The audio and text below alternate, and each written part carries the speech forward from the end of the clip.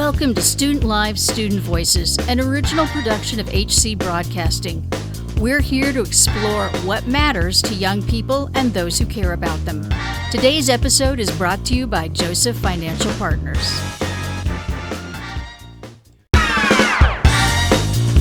Welcome to Episode 2 of Season 2 of Student Live, Student Voices. Today, you'll hear about an upcoming milestone in a local book challenge case, more about the effects of bullying on the brain and how to heal them, and an interview with a local international exchange student. To hear prior episodes of Student Live, Student Voices, subscribe to HC Broadcasting's YouTube channel at Voice of the Hill Country. Now it's time for Brain Batch.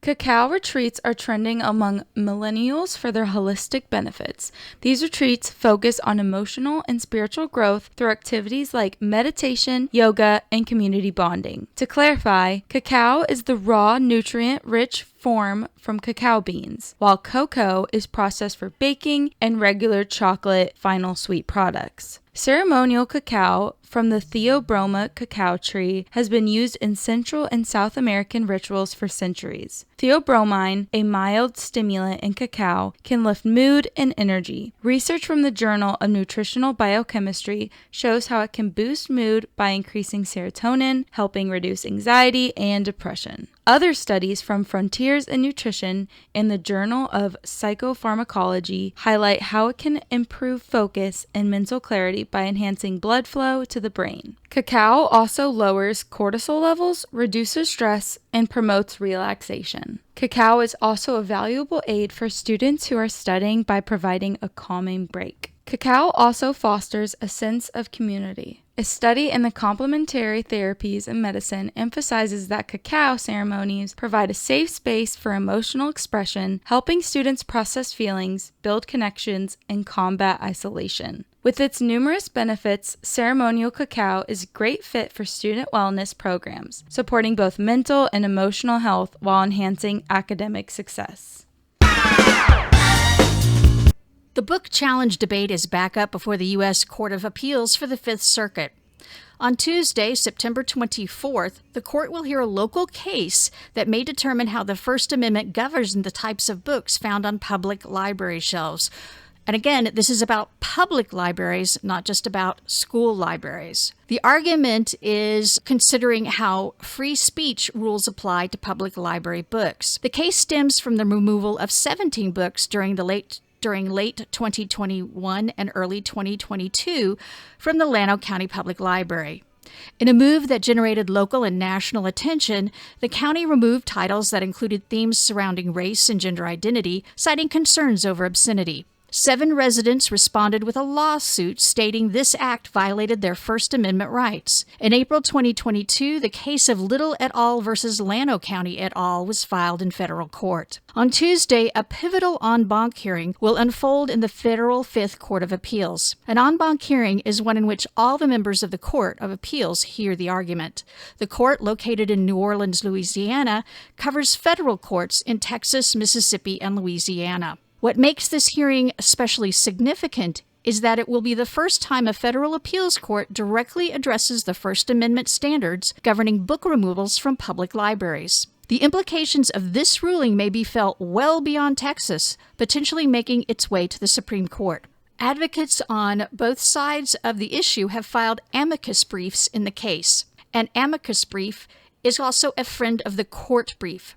It's a written argument that provides additional input, a historical context, or other outside information to a court. The ACLU, the American Civil Liberties Union, and authors like James Patterson and Stephen King are urging the court to uphold the right to access diverse viewpoints and ideas in public libraries. Attorney General offices from 18 red states filed a court brief defending the Texas county's removal of the courts. They contend that the removal of books represents government speech, which they claim does not infringe on First Amendment rights. This Tuesday, Florida Solicitor General Henry Whitaker will argue that idea before the court. Llano County ceded some of its time before the court to allow Whitaker's comments. The hearing is scheduled to last about 30 minutes. You can tune into the hearing live on Tuesday, September 24th at 9 a.m. on the court's website. The Fifth Circuit provides a live audio stream, and recordings will be available afterward. To catch all the action and hear the arguments firsthand, check out the links on the Fifth Circuit Court's website.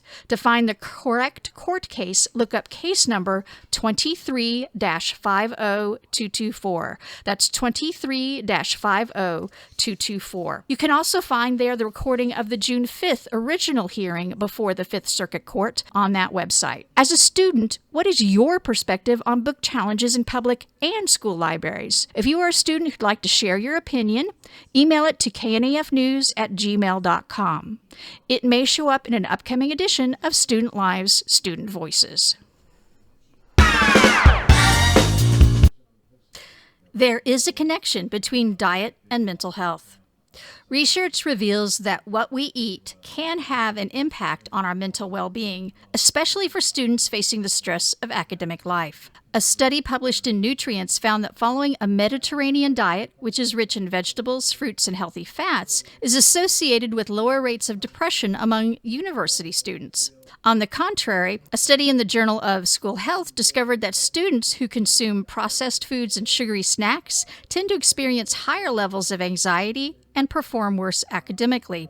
This contrast emphasizes the vital role diet plays in our overall well-being. So what is the connection? It comes down to the gut-brain axis. Another researcher in Frontiers in Psychology highlighted how our diets influence gut health, which in turn affects our mood and cognitive function. Essentially, what we eat can directly impact how we feel and think. But positive change is within reach. A study published in PLOS One, PLOS1, found that students who received dietary counseling or tried to ameliorate their eating habits reported significant improvements in their mental health and academic performance. That being the case, next time you're tempted by fast food, consider opting for a more balanced diet instead. The essential nutrients found in healthier foods can boost not only your mental health, but also your academic success. Taking care of your diet is a straightforward yet powerful way to enhance your overall well-being. Brain Batch articles on ceremonial cacao and the connection between diet and mental health were compiled by correspondent Bella. The article on Llano Library was compiled by moderator Trish, and our readers were Kate and Trish.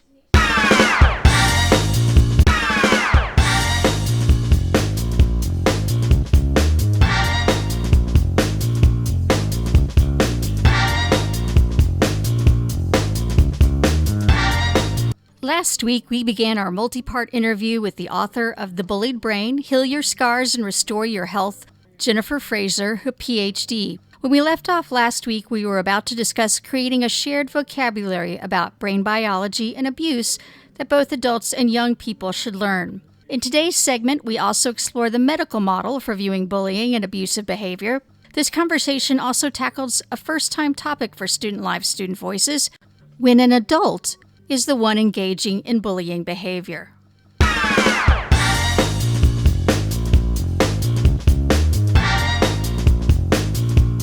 One of the things that Student Life, Student Voices has tried to do, we talk about it as a conversation about different topics, is about teaching or modeling how to have these hard conversations. What's a way that someone could open up this conversation? The most important part of it, and I learned this the hard way because I failed in this regard as a parent.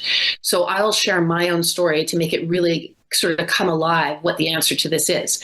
The most important thing for this hard conversation is we need to have brain vocabulary and we need to have abuse vocabulary.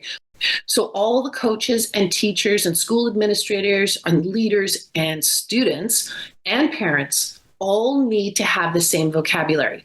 So your child comes home and doesn't say, I'm being bullied by an adult. Your child comes home and says, Mr. or Ms. So-and-so is behaving in this exact way. I am being systematically abused. I'm being publicly shamed in front of my peers.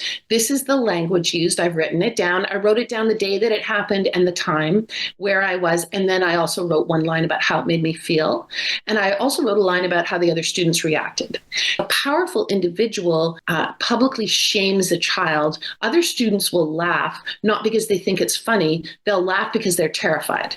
And the laughter is meant to make the aggressor feel that they are mirroring and honoring this behavior so that they do not get targeted, because the fear is so profound. The most important thing for this hard conversation is we need to have brain vocabulary, and we need to have abuse vocabulary. The child needs to come home and say, I'm really concerned that my amygdala is getting out of control. And the parent understands amygdala because they too have the brain vocabulary. They say, oh no, are you developing hypervigilance? Is your amygdala, your threat detection system in the brain, is your amygdala starting to think that there's danger in every corner because it's so traumatized? We need to get you professional help and get you back on track, just like we would if you had a broken bone or a torn ACL. We would get a professional, we'd get it assessed, and we'd get you the medical help that you need, because this is a medical problem.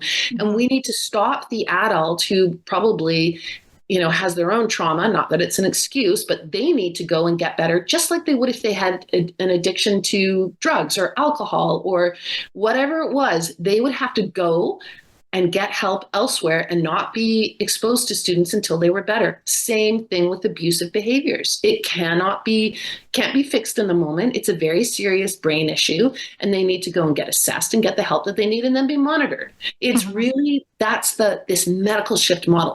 What examples of sharing this information with adults in school or athletic communities can Dr. Fraser share? Her response is, and then, I started giving presentations.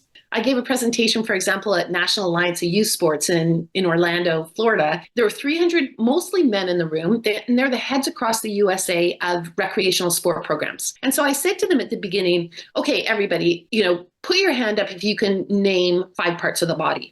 And essentially what it does. What's the part of the body and what does it do? Every hand in the room went up.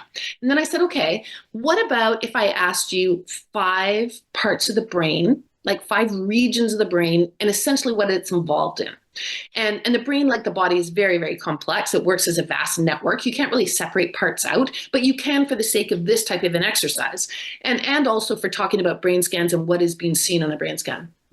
And I am telling you, Trish, not a hand went up.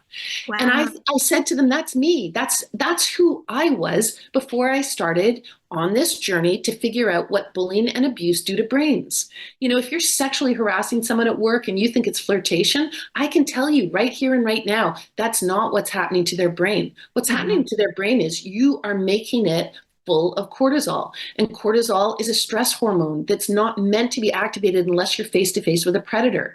And so when you activate every single day for that person that comes into work and you think you're flirting and they're telling you they don't like it, and you still keep doing it because you think it's fun or it gives you power or whatever it is, you can rest assured that you're damaging their brain and their body. You can't see it, because just like you can't see smoking and what it's doing to the lungs, but I can tell you the experts know it's damaging brain and body. None of us want to do that. No teacher goes to school and says, I want to hurt brains and bodies. No coach goes, I want my athletes to have really hurt brains by the end of this. And it's just that we don't know. Our society doesn't teach us. At this stage of the game, we have to learn ourselves. So what I did is I started the book out saying, look, we all need to know that we may well have injured brains. We may well have a bullied brain, and it could be affecting us in all kinds of ways. We blame ourselves and say, oh, we're not good, we're lazy, we're weak, we're anxious, we're this, we're that, we have this disorder or that disorder. Well, maybe we actually just have a harmed brain from bullying and abuse, and it's never been gotten better. So I started with that, and I said, okay, if you don't know you have an injury, you feel no motivation to get better. You need to know you're hurt. And once you know you're hurt, though, then you're like, okay, well, how do I get better? And that's the exciting part of the book. And I built it into every chapter was, okay, look, this is pretty bad news. None of us knew. I certainly didn't. But now that I've read all the brain science on it, I know that our brains are very vulnerable and susceptible to all forms of bullying and abuse. It does really serious harm, physical harm. It's visible on brain scans. Okay, got it. Now, what are we going to do about it?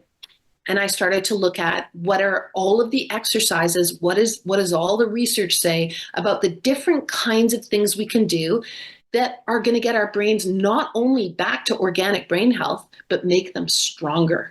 And that's exciting to me. I found it really exciting. I had the most amazing conversation with neuroscientists. I read the most remarkable research. It is so empowering. All of us can get stronger brains. Right until our last day on the planet, we can strengthen our brains. Every student needs to know that. Based on your research, is there a sense of numbers, how many kids are going through this or in any one day or any one year? I know that we had something like at least 20% of kids in schools are experiencing some form of bullying. Do you think it's a higher number or a lower number if you start adding in the fact that their bully might be someone who's an adult? Do you think that's a higher number than that? Well, the best research that was done on this was in the 1990s, and it only looked at abusive behaviors by adults to children in the home. And the most important part of that research was it was staggering how high the numbers were. And so now let's widen the circle.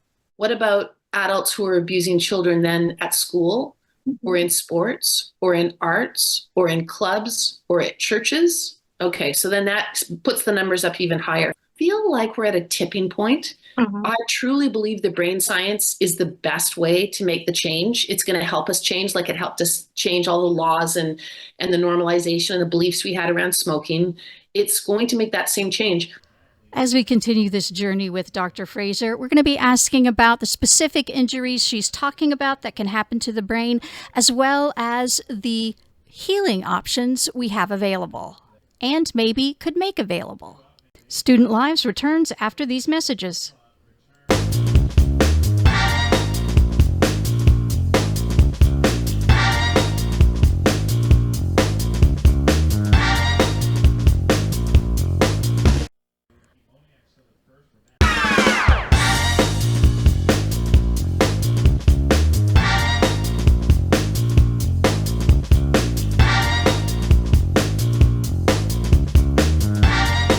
Annually, 60,000 or more international students travel to the U.S. to study in local high schools. Generally, between the ages of 15 to 18, the students stay with host families in their high school community. They may have undergone a long process to qualify for the program. In this episode's student-to-student interview, our correspondent, Bo, talks to exchange student Victoria to discuss her experience.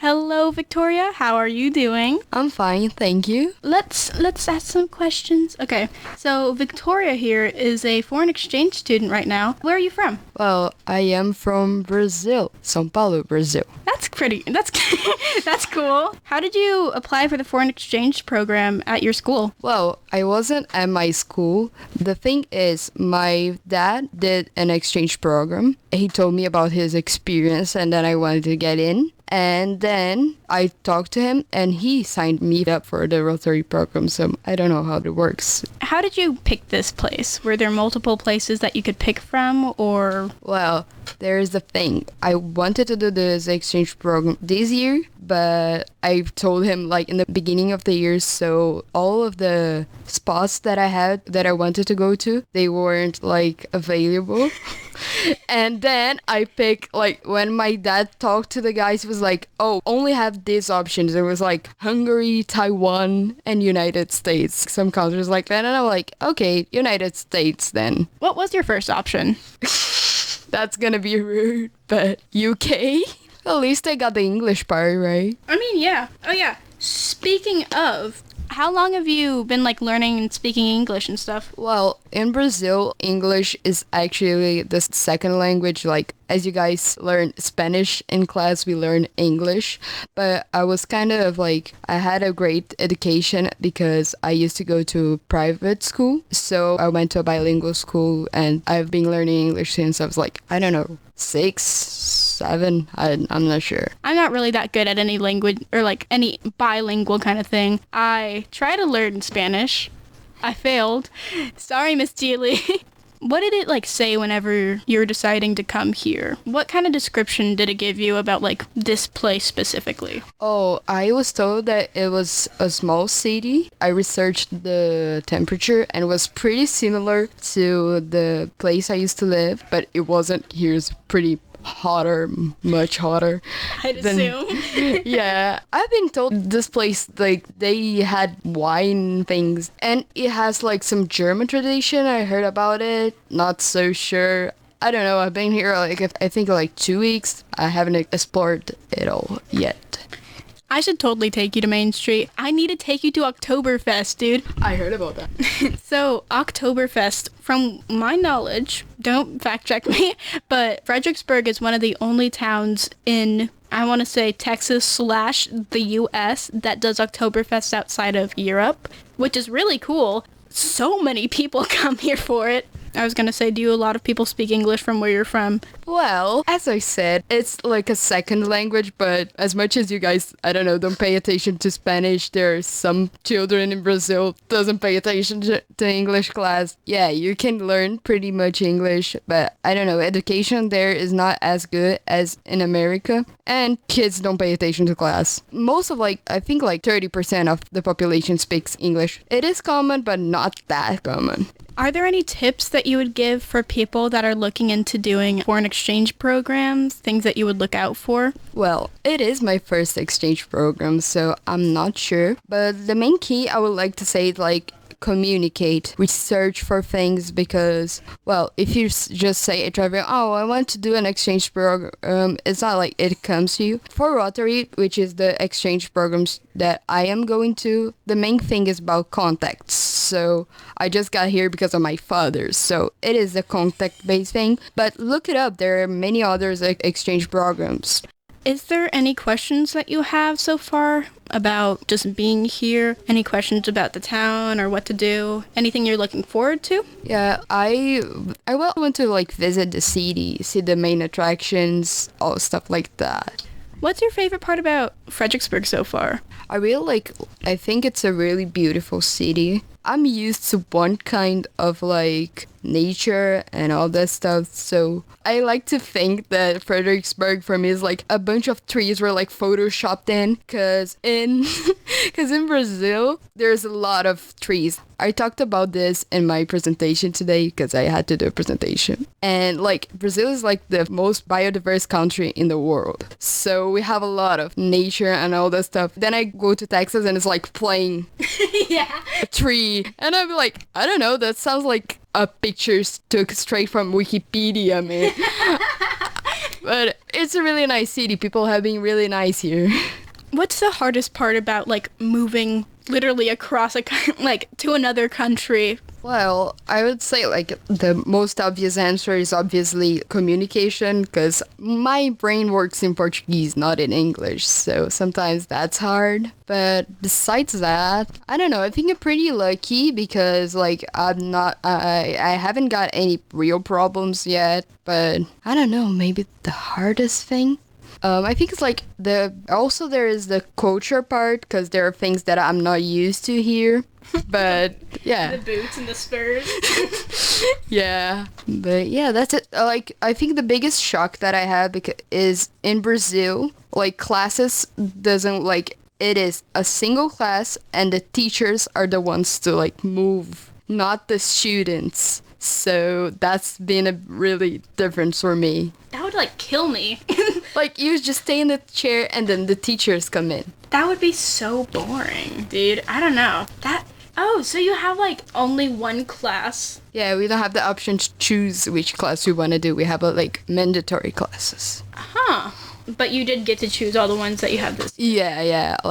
1 or 2 days before school, I met the counselor and we were which ones do you want to pick? And I'm I don't know, arts. I have the option to pick? What? What history do you have? Okay, so I heard about that Americans don't know history or geography at all.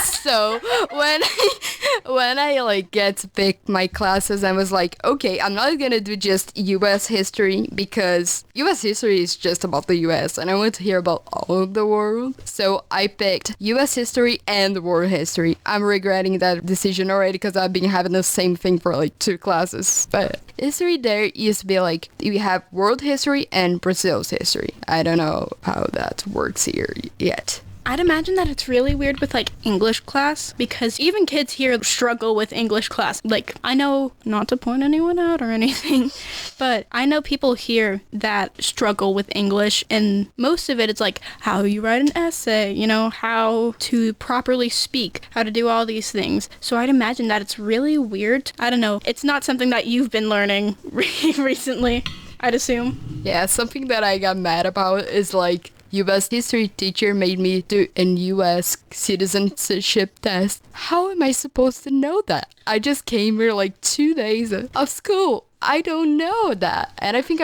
I did really bad, but whatever. Honestly, I'm pretty sure most of the kids in that class didn't do good. I saw someone Googling the answers. That was me. I'm kidding. Kidding, guys. I know the U.S. I know the first president. Who's the first president of the United States? George Washington. Let's go! Dap me up. But I did put on the forms that the Franklin was the 3rd president of the U.S. because I didn't know which guy he was. I know he was a president, but which one? He's a founding father. Same difference, basically. It's okay. I'm not good with history either.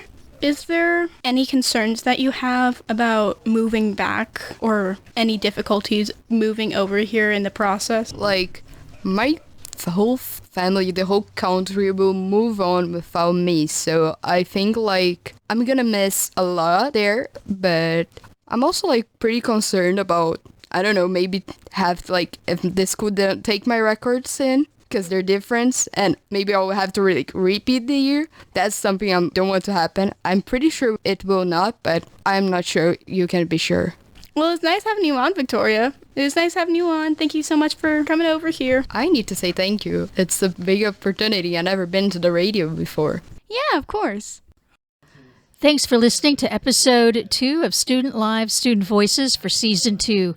Find us on YouTube and like us and subscribe at Voice of the Hill Country, HC Broadcasting.